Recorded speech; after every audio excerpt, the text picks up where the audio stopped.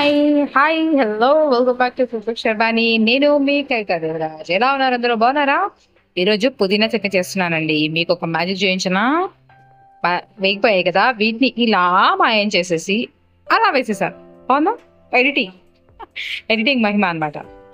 పచ్చిమిరపకాయలు ఆయిల్‌లో వేయించుకోవాలి. చాలా జాగ్రత్తగా వేయించుకోండి. ఎందుకంటే నాకు ఆల్రెడీ ఇవి వేయించేటప్పుడు ఎగిరి పెదవి పైన పడింది. మార్క్ నాకు ఇంకా ఉందన్నమాట. చాలా పెద్దగా అయింది. జాగ్రత్తగా చేసుకోండి. ఓకేనా? అదే ఆయిల్‌లో పుదీనా వేసేసి దగ్గరగా వేసేసుకోవాలి. పుదీనా క్వాంటిటీని బట్టి మనం పచ్చిమిర్చి గానీ, నువ్వులు గానీ వేసుకోవాలి. మన స్పైసీనెస్ ఎంత కావాలనుకుంటే అంత పచ్చిమిర్చి, నువ్వులు మనకు కొద్దిగా ఒక ఇప్పుడు నేను గుప్పెడు తీసుకున్నాను కదండీ! దీనికి ఒక టేబుల్ స్పూన్ నువ్వులు తీసుకున్నాను అనమాట. అలాగనమాట. ఆ క్వాంటిటీలో తీసేసుకోండి. ఓకే. పుదీనా కూడా మనకు వేయించేసుకున్నాం కదా! ఇప్పుడు నెక్స్ట్ అదే కడాయిలో ఇంకా కొంచెం ఆయిల్ యాడ్ చేసేసుకొని, ఒక చిన్న టమాటా, మీడియం సైజ్ టమాటా, కొద్దిగా అంటే చింతపండు, ఒక 2, 3 రెబ్బల చింతపండు దీంట్లోనే వేసేస్తే మూత పెట్టుకొని మధ్య మధ్యలో తీస్తూ మగ్గించుకున్నాం అనుకో తొందరగా మగ్గుతుంది. ఇవి మగ్గిపోయాయి కదా! వీటన్నిటిని చల్లారి చేసుకున్నాను. దీన్ని పట్టేసాను. ఇలా మెత్తగా పేస్ట్ లాగా పట్టేసుకోవాలి.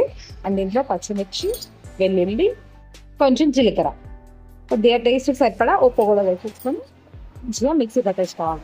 చూసారా? మ్యాజిక్ చేసేసాం కదా! Editing magic.